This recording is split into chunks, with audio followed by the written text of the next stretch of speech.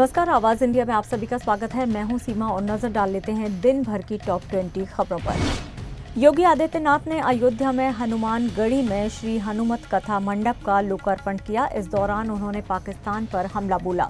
योगी ने पाक पर निशाना साधते हुए कहा कि आतंकवाद ही उसे ले डूबेगा और उसका खात्मा तय है। कहा कि ये नया भारत है, किसी को छेड़ता नहीं, लेकिन कोई छेड़े तो उसे छोड़ता नहीं। पहलगाम हमले के बाद माता वैष्णो देवी भवन की सुरक्षा बढ़ा दी गई है।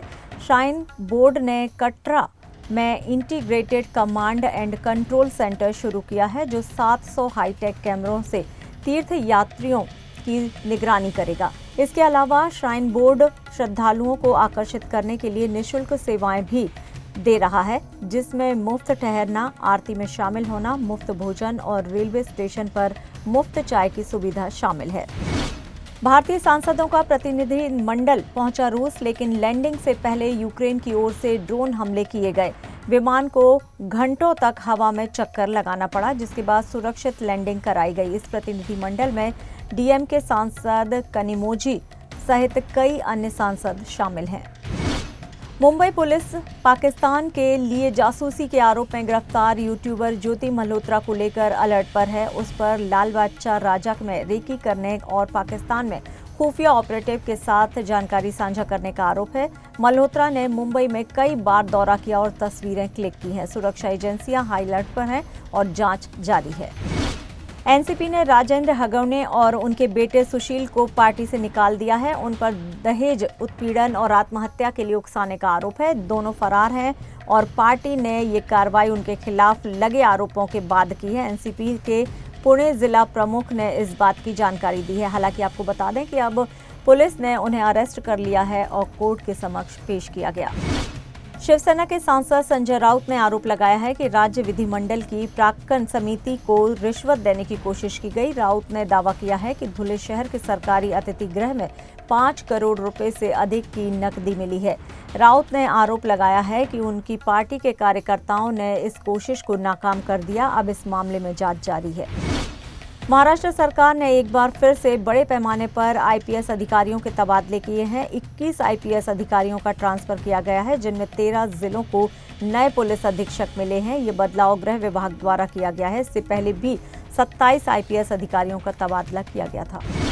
रिलायंस डिफेंस ने जर्मनी हथियार निर्माता राइनमेटल एजी के साथ साझेदारी की। समझौते के तहत रिलायंस डिफेंस राइनमेटल को मध्यम और बड़े कैलिबर के गोला बारूद के लिए विस्फोटक और प्रणोदक की आपूर्ति करेगी। ये साझेदारी महाराष्ट्र के रत्नागिरी में गोला बारूद के उत्पादन के लिए होगी। डीजीसीए ने सेना के हवाई अड्डों से उड़ान भरते या वहां उतरते समय यात्रियों के लिए नया नियम जारी किया है। यात्रियों को विंडो शेड्स नीचे रखने होंगे, खासकर अमृतसर, जम्मू कश्मीर और जैसलमेर जैसे संवेदनशील एयरवेज पर। ये नियम देश की सुरक्षा को ध्यान में रखते हुए उठाया गया है। नियम तोड़ने वालों पर सख्त कानूनी कार्रवाई की जाएगी। सुप्रीम कोर्ट ने कोटा में छात्रों की आत्महत्या के बढ़ते मामलों पर राजस्थान सरकार को फटकार लगाई है। पीठ ने कहा है कि इस साल अब तक कोटा में 14 छात्र छात्राएं आत्महत्या कर चुके हैं। कोर्ट ने पूछा है कि कोटा में ही ये क्यों हो रहा है, छात्र और अन्य राज्य सरकारें क्या कर रही हैं। राजस्थान सरकार ने बताया है कि कोटा में छात्रों की आत्महत्या के मामले की जांच के लिए एसआईटी का गठन किया गया है।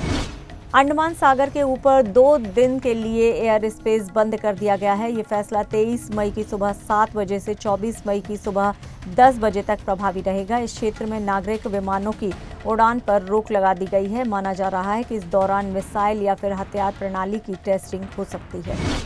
दिल्ली एनसीआर में कोविड-19 के 3 नए मामले सामने आए हैं। गुरुग्राम में 31 वर्षीय महिला जो मुंबई से लौटी थी और 62 वर्षीय एक बुजुर्ग संक्रमित पाए गए हैं।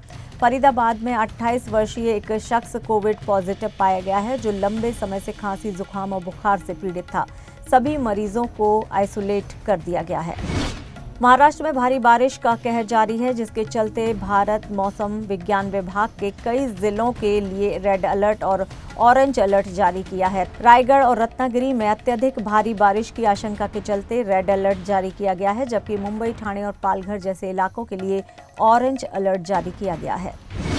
शुक्रवार को सोने की कीमतों में तेजी आई है। एमसीएक्स एक्सचेंज पर शुरुआती कारोबार में सोना हरे निशान पर ट्रेड करता दिखा। 5 जून 2025 की डिलीवरी वाला सोना 0.38% या फिर 359 रुपये की बढ़त के साथ 95,895 रुपये प्रति 10 ग्राम पर ट्रेड कर रहा था।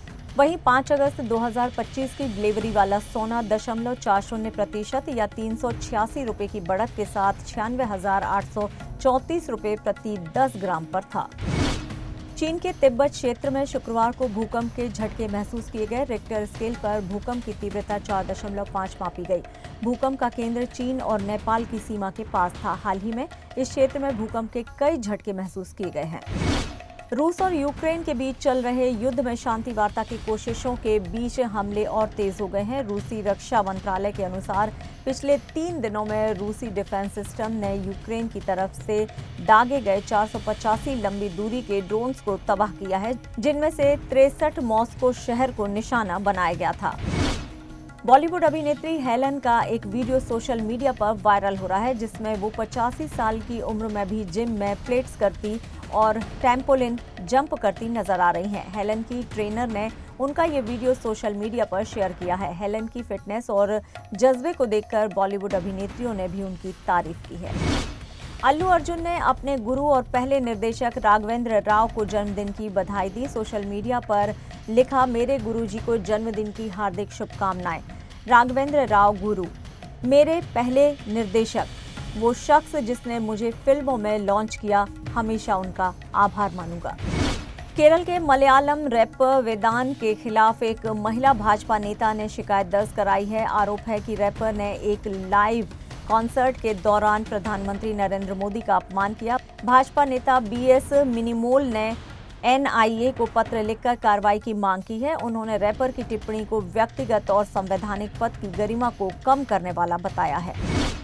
बीसीसीआई ने इंग्लैंड दौरे के लिए भारत की अंडर 19 टीम का ऐलान कर दिया है। 17 साल के आयुष महात्रे को मिली टीम की कमान। 14 साल के वैभव सूर्यवंशी भी टीम में होंगे शामिल। फिलहाल टॉप 20 खबरों में इतना ही। नमस्कार।